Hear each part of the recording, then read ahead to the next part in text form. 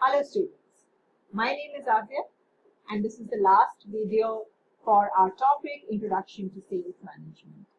So this is a video to just do a quick revision and review what all we have done.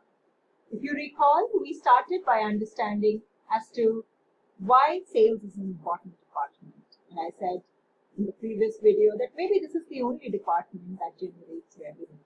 And therefore, the importance of sales cannot be undermined at any point in time. We further went ahead and we tried to understand that when we talk about sales management, what is it that we are talking about? And we looked at the definition given by the American Marketing Association, which defines sales management as the planning, direction, and control of personal selling, including recruiting, selecting, equipping, assigning, supervising, paying, and motivating as these tasks apply to personal sales force. So there's a gamut of activities which comes under sales management. I had shared 2 articles with you from Harvard Business Review to help us understand the difference between sales and marketing and what happens when sales and marketing aren't aligned together. The goals are not aligned. So if you recall, in the first article, that is Ending the War Between Sales and Marketing, there was a buying funnel which describes that where marketing ends and where sales starts. And in the second article, when sales and marketing aren't aligned, there are 3 points which have been discussed, which talk about what happens.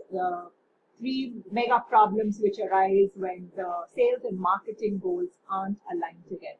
So we need to understand that sales and marketing are 2 sides of the same coin and they both need to work together to achieve the goals of an organization.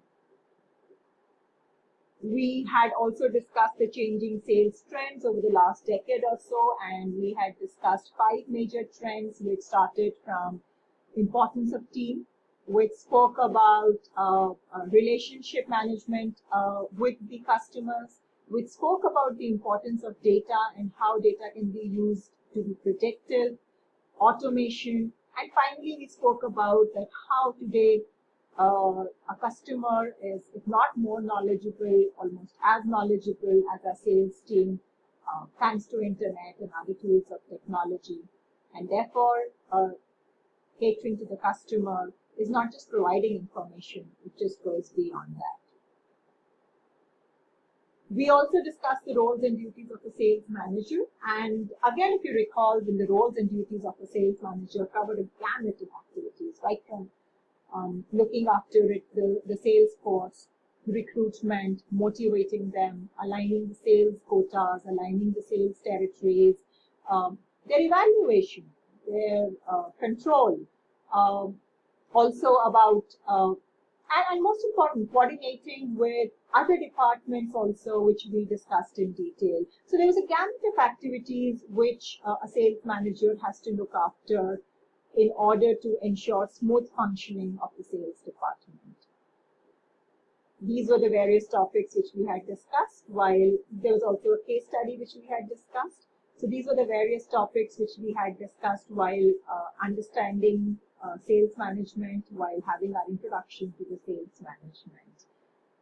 Do go back and revise everything. And let me leave you with a video, let me leave you with a slide which according to me is a really interesting slide. Again, this is from, I have written the source over there. This talks about that what are the mistakes according to customers that salespeople do. Do spend some time looking at this slide, because we will discuss this when we start our second module, which is personal selling, the process of personal selling.